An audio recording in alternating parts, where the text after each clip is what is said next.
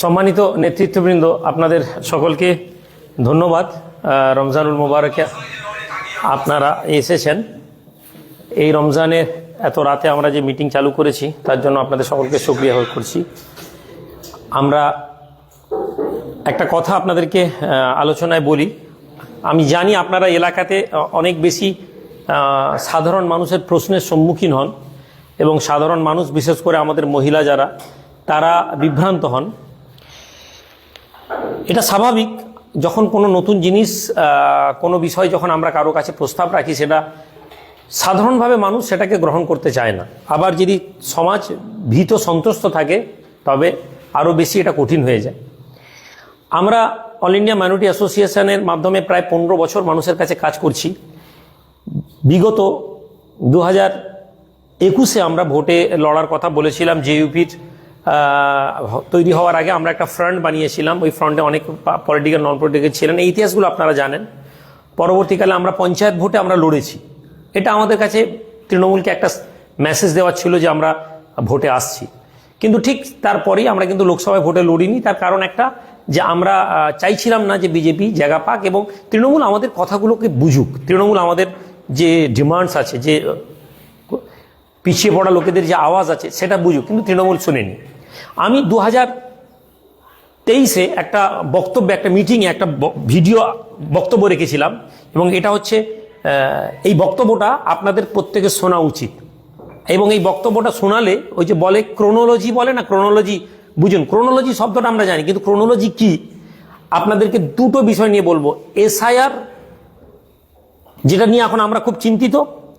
গতকাল লোকসভায় তৃণমূল প্রার্থী কিছু মেম্বার পাঠিয়েছে, রাজ্যসভায় পাঠিয়েছে এবং এই পাঠানোর পেছনে একটা ক্রোনোলজি কাজ করছে। আগে এই ভিডিওটা শুনুন, যে তারপরে আপনি বুঝতে পারবেন যে আমি কেন এই কথাগুলো বলছি। দেখে নিন, তৃণমূল আর সাম্যের সংগঠন করতে পারবে না। তৃণমূল পারবে না বিজেপিকে আটকানোর জন্য। তাদেরকে হিন্দু তোষণ করতেই হবে। যেভাবে বিজেপি হিন্দু তোষণ করছে, তৃণমূলকে হিন্দু তোষণ করতে গিয়ে যত ব্লকের বড় বড় পদ আছে সব হিন্দুদেরকে দিয়েছে। কিসের জন্য? আমি হিন্দু মুসলিম করতে চাইছি না, কিন্তু আমি এ কথা বলতে চাইছি, রাজনীতি যদি করেন, 30% সংখ্যালঘু ভোট, 27% আপনাকে ভোট দিয়েছে মুসলমান। আপনি পেয়েছেন 43% ভোট। তার মানে কত পার্সেন্ট হিন্দু, কত পার্সেন্ট মুসলমান ভোট পেয়ে আপনি ক্ষমতা এসছেন দেখুন। তৃণমূলের লিডারকে ডাকুন, ডেকে কথা বলতে বলুন, চোখে চোখ রেখে তৃণমূলের লিডারকে বলতে বলুন। হ্যাঁ, আপনি সফল হয়েছেন, মুসলমানের কোনো লিডার তৈরি করতে দেননি। আপনি চেষ্টা করেছেন রুহুল আমিনকে কিনে নেওয়ার জন্য। পঞ্চায়েত ভোটে আপনারা চেষ্টা করেছেন আমাদেরকে কিনে নেওয়ার জন্য। আপনারা পারেননি, আমাদের জিতার নেতৃত্বদেরকে পারেননি। তাহলে আমি এই ভিডিওটা পঞ্চায়েত ভোটের পরেই আমাদের হয়েছিল। পঞ্চায়েত ভোট কবে হয়েছিল? 23-এ নিমতৌড়িতে সংবর্ধনা সবাই এটা বলেছিলাম। এটা ফেসবুকে পাবে। 23-এ কথাটা বলেছি। দেখুন, আমাদেরকে প্রথম কিন্তু লড়তে হবে বা আমাদেরকে বোঝাতে হবে, কিন্তু হিন্দু মানুষদেরকে খুব বেশি আমাদেরকে বোঝাতে হবে না। আমরা জানি এখন একটা বৃহত্তর হিন্দু সমাজ আমাদের সাথে জুড়েননি, এটা আমরা জানি। কিন্তু আপনি নিশ্চিত থাকুন যে এই হিন্দু সমাজ খুব দ্রুত আমাদের কাছে জুড়বেন। তারা একটু ভয় পাচ্ছেন, তারা আমাদেরকে অবজারভেশনে রেখেছেন, আরে মাথায় টুপি পরা লোক। কিন্তু আমাদের লড়াইটা সবার আগে কাদের সাথে হবে? পিছিয়ে পড়া মুসলিম সমাজের সাথে। 4 জন রাজ্যসভায় আমাদের প্রতিনিধি পাঠানো হলো, 4 জনের কেউ কিন্তু মুসলিম না। আমি জানি বহু হিন্দু লোক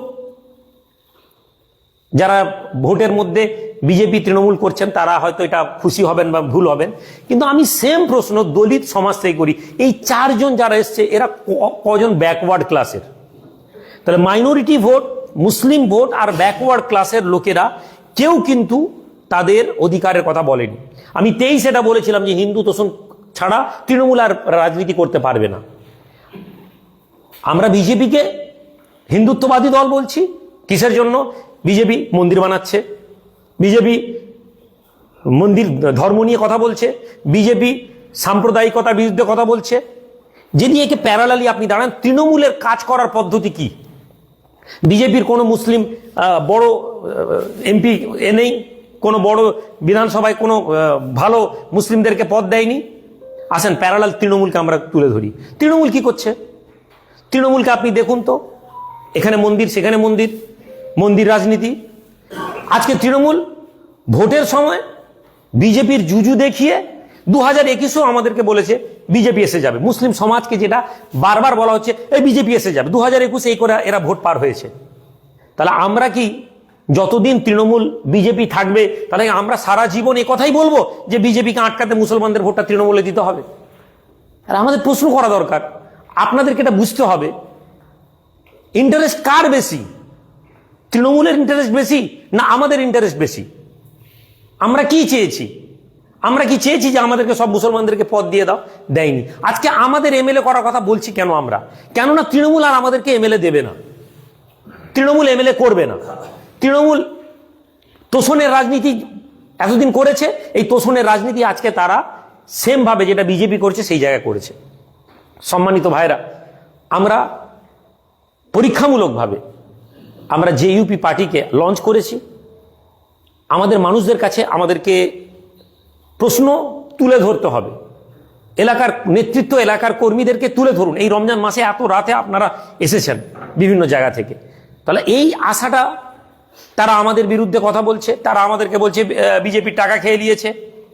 তাদেরকে চ্যালেঞ্জ করুন, তাদেরকে ধরুন যে বিজেপির টাকা খেয়ে নিয়েছে। এর আগে তো তোমরাই বলতে, আইমাকে বলতে আইমা তৃণমূলের। তাহলে যে লোকটা তৃণমূলের বলতো এতদিন ধরে, আজকে সেই লোকটা বলছে আইমা বিজেপির। তাহলে আমরা সংখ্যালঘু মানুষ, আমাদের কাছে বিরোধিতা করার জন্য কি, যে লোক তৃণমূল করে তাকেও আমরা বলি যে ভাই বিরোধিতা করার, ওই বিজেপির টাকা খেয়ে নিয়েছে, তৃণমূলের টাকা খেয়ে নিয়েছে, এর বাইরে কথা বলো। আপনি ভাববেন না যে সবাই তৃণমূলকে ভোটটা এই জন্য দিচ্ছে যে তারা খুব সন্তুষ্ট, না, বিজেপিকে এজন্য ভয়ে বিজেপিকে ভোট দেয়নি। তারা তৃণমূলকে ভয় পাচ্ছে, ভয় দেখাচ্ছে যে ভাই বিজেপি এসে যাবে, এই ভয় তারা দেখাচ্ছে। কিন্তু এই ভয়টাকে আমাদেরকে তৈরি করতে হবে। আমরা আমাদের এলাকায় বিধায়ক তৈরি করতে পারি। আজকে পশ্চিমবঙ্গে একটা থার্ড ফ্রন্ট গঠন হচ্ছে এবং আমরা আপনাদেরকে দায়িত্ব নিয়ে বলতে পারি, আমরা খুব আশাবাদী যে আমরা আগামী বিধানসভায় ওই জায়গাটাই লড়বো যে জায়গায় আমরা জিতার সম্ভাবনা আমাদের আছে। আমরা জিতবো এটা ধরেই আমরা লড়বো, এমন নয় যে আমরা ভোট কাটার জন্য এসেছি, এবং এটা প্রমাণিত হবে। কিন্তু আমরা প্রথমবার এসেই যে জিতে যাব, আমি এত হাওয়ায় কথা বলি না, যেটা হারা আপনাদের পরিশ্রমের উপর নির্ভর করছে। তাই আমরা এটুকুন যেন দায়িত্ব নিয়ে বলতে পারি যে তৃণমূলের কাছে আমরা বারবার বলেছিলাম যে আমাদের কিছু প্রপোজাল যেটা তারা অ্যাকসেপ্ট করেনি, যেটা তারা মনে করেছে যে এদের মুসলিম সমাজকে আমরা ভয় দেখিয়ে আমাদের ভোটকে আমরা কুক্ষিগত করেছি, সেই জায়গায় দাঁড়িয়ে আমরা এই মেসেজ পাঠাতে পারবো যে আমরা সংখ্যালঘু মানুষেরা সচেতন হয়েছি। আমরা আগামীতে এই জায়গাগুলোকে আপনাদের কাছে আমরা এগিয়ে নিয়ে যাব। সাংগঠনিক কিছু প্ল্যান আছে, আমরা ডিসকাস করব। লাইভটা বন্ধ করে দেন। আমরা এই বার্তাটা শুধুমাত্র জেলার আমাদের প্রত্যেক